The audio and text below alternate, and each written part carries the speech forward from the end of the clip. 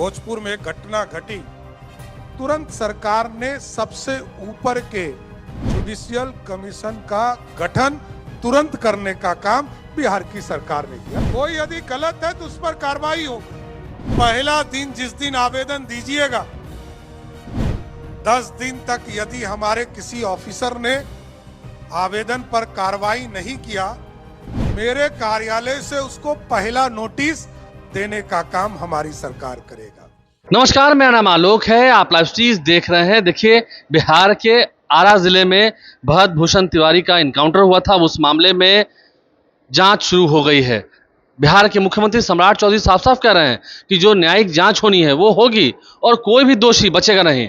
आपको बता दें, आज संविधान हत्या दिवस मना रही है भारतीय जनता पार्टी। बीजेपी की ओर से मुख्यमंत्री सम्राट चौधरी, केंद्रीय मंत्री जेपी नड्डा, जो कि बीजेपी के राष्ट्रीय अध्यक्ष भी रहे हैं, वो सभी पटना में एकत्रित होकर कार्यक्रम कर रहे हैं। तस्वीरें आपको दिखा रहे हैं। और भरत भूषण तिवारी इनकाउंटर मामले में सम्राट चौधरी ने खुद कहा है। देखिए, आज सुबह की खबर है, पटना हाईकोर्ट के पूर्व न्यायाधीश विनोद कुमार सिन्हा घटनास्थल पर पहुंचे हैं, पीड़ित परिजनों से मुलाकात की है, भरत भूषण तिवारी के परिजनों से मुलाकात की है, बंद कमरे में बात हुई है और वे आरा पहुंचे हैं। अब ऐसे में सम्राट चौधरी क्या कह रहे हैं, बिहार में कोई भी अधिकारी जनता का काम यदि नहीं करेगा तो वो रहेगा नहीं, वो सस्पेंड होगा। क्या कुछ सम्राट चौधरी कह रहे हैं, हम आपको सुनवाते हैं। आपने देखा होगा, हमारे यहाँ भी कोई लगातार कोई भी समस्या यदि सामने आता है तो सरकार तुरंत चिंतित होकर इसको आगे बढ़ाती है। अभी भोजपुर में एक घटना घटी, तुरंत सरकार ने सबसे ऊपर के जो आयोग होते हैं, जुडिशियल कमीशन का गठन तुरंत करने का काम बिहार की सरकार ने किया साथ, क्योंकि न्याय मिले।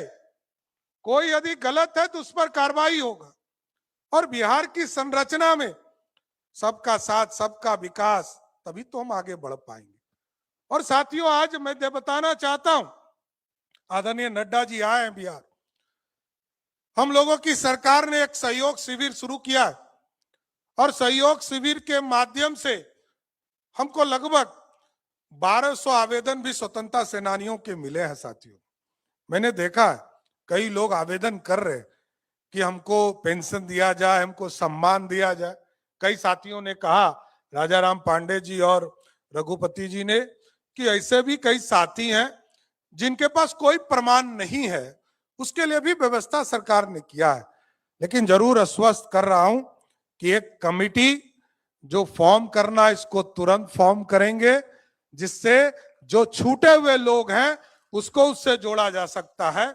और आगे के दिनों में कोशिश करूंगा कि अगला 25 तारीख जब आपातकाल की बरसी को हम मनाएंगे और संविधान हत्या दिवस मनाएंगे, तो उस दिन जितने लोग इससे जुड़े थे सबको सम्मानित करने का काम हम लोग जरूर करने का काम करेंगे। साथ हम सहयोग कार्यक्रम जब चला रहे हैं तो हम खुद एहसास करते हैं कि लगभग 3.5 लाख लोगों का आवेदन आया, 3,70,000 लोगों का आवेदन आया। 3,20,000 लोगों के आवेदन को हम लोगों ने डिस्पोजल किया। और इसलिए किया कि हमने जो मैकेनिज्म लगाया, इस देश में अभी ये व्यवस्था पूरे दुनिया में कहीं नहीं है। ये व्यवस्था दिया कि पहला दिन जिस दिन आवेदन दीजिएगा, 10 दिन तक यदि हमारे किसी ऑफिसर ने आवेदन पर कार्रवाई नहीं किया तो 11वें दिन मेरे कार्यालय से उसको पहला नोटिस देने का काम हमारी सरकार करेगा। और यदि 20 दिन में उसने आदेश नहीं जारी किया तो उसको दूसरा नोटिस मेरा कार्यालय देगा। और तीसरा, अंतिम चेतावनी के साथ, उसको 25 दिन के पूरा होने पर उसको हम 26वें दिन देते हैं। लेकिन 30 दिन पूरा होने के बाद किसी को नोटिस नहीं देते, कोई चेतावनी नहीं देते। 31वां दिन सीधे उसको निलंबित करने का आदेश मेरा कार्यालय देगा। इतना स्पष्ट करता हूं। और सबसे जो आश्चर्यजनक है, बिहार में 3,70,000 लोगों के आवेदन आए, पहला नोटिस मात्र 9,000 लोगों को गया, दूसरा नोटिस मात्र 350 लोगों को गया। और तीसरा नोटिस एक आदमी ने हिम्मत दिखाया कि हम काम नहीं करेंगे, लेकिन 30 दिन पूरा होने के पहले उसने भी हिम्मत फेल किया और जनता का काम करने का काम किया। यही लोकतंत्र है साथियों, क्योंकि जनता के भलाई के लिए काम करना है। जनता का आशीर्वाद जनता को समर्पित होना चाहिए। जनता के आशीर्वाद से सरकार बनती है, इसलिए जनता पूर्ण रूप से सुरक्षित रहे, समृद्ध हो, इसकी चिंता करना है।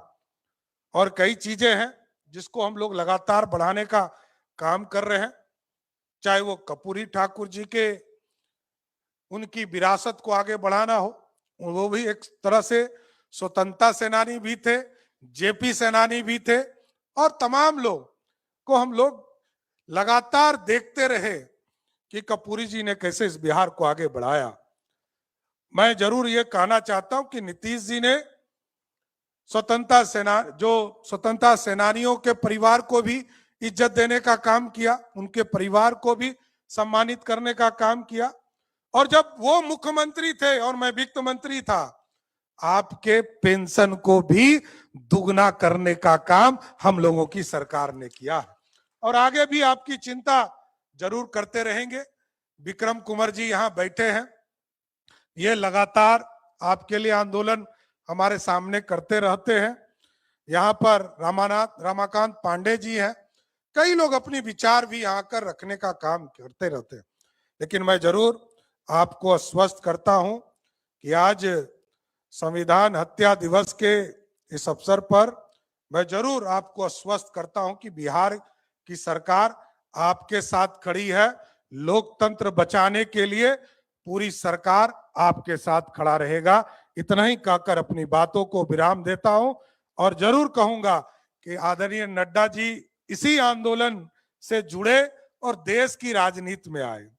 यहाँ एक छात्र जीवन व्यतीत करके फिर राष्ट्रीय राजनीति में चले गए, अपने प्रदेश भी चले गए।